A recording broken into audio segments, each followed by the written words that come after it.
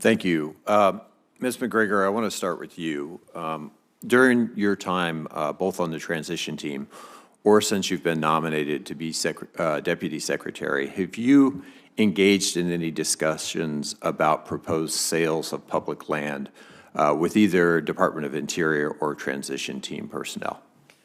Senator, while I did gladly serve on the transition team as a volunteer in my personal capacity, I did sign an NDA related to that work. However, I can tell you currently and in my current position, no, I did not engage in conversations regarding sales of public lands. If confirmed, can you commit that any public land disposals will fully comply with existing federal laws like the Federal Land Policy Management Act and the Federal Land Transaction Facilitation Act? Sir, absolutely. I fully intend, if confirmed, to obey the law. That brings me to a related question, which is the department is currently failing to disperse grant funding that a federal judge has ruled must be dispersed.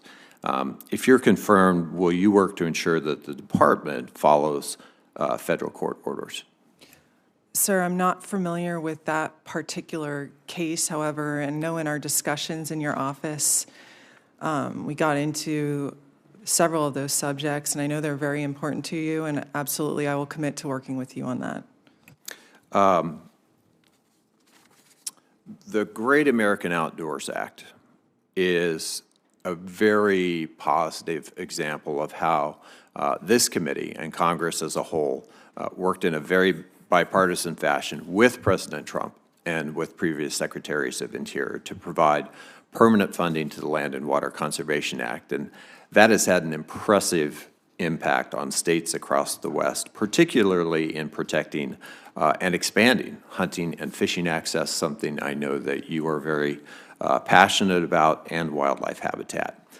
Can we count on you to continue to carry out this law and support this conservation legacy that this committee and President Trump established in 2020? Sir, I'm overjoyed for you to highlight one of the issues that you've worked with President Trump on, and absolutely we would love to work with you on further implementation of that act. Mr. Danley, I want to start with an easy one for you. How do you feel about visiting Sandia and Los Alamos National Labs? As we talked about in your office, sir, I cannot wait for the opportunity. I love the National Labs. That's the right answer. You mentioned permitting reform, and I was really glad to hear you bring that up because I think it was one of the high watermarks on this committee in the previous Congress. But it is, not something that we've gotten all the way to the president's desk. It's not something that we've been able to get through both houses of Congress in the same Congress. What are your thoughts on the product that this committee produced in the previous Congress and the importance, I would say even necessity, of coming together around a permitting reform package to accomplish some of the goals that you articulated? So, Senator, I truly appreciate the effort that the committee went through before in trying to streamline and speed up permitting. Just the briefest glance at my separate statements at the commission shows how important this is throughout the time that I was at FERC. I don't actually know the specific bills because there were a bunch of different ones that were moving around, and we who are not in Congress have difficulty tracking everything that's happening. But there were elements of several of the iterations that I thought were very promising, and just as I have always said before to the committee, any help anybody wants with thoughts from me on permitting reform, I am happy to assist. I'm going to have to pick and choose here because I'm running short on time. Ms. MacGregor, while you were at the Department of Interior, the number of forest acres treated for wildfire resilience by the BLM saw some modest increases.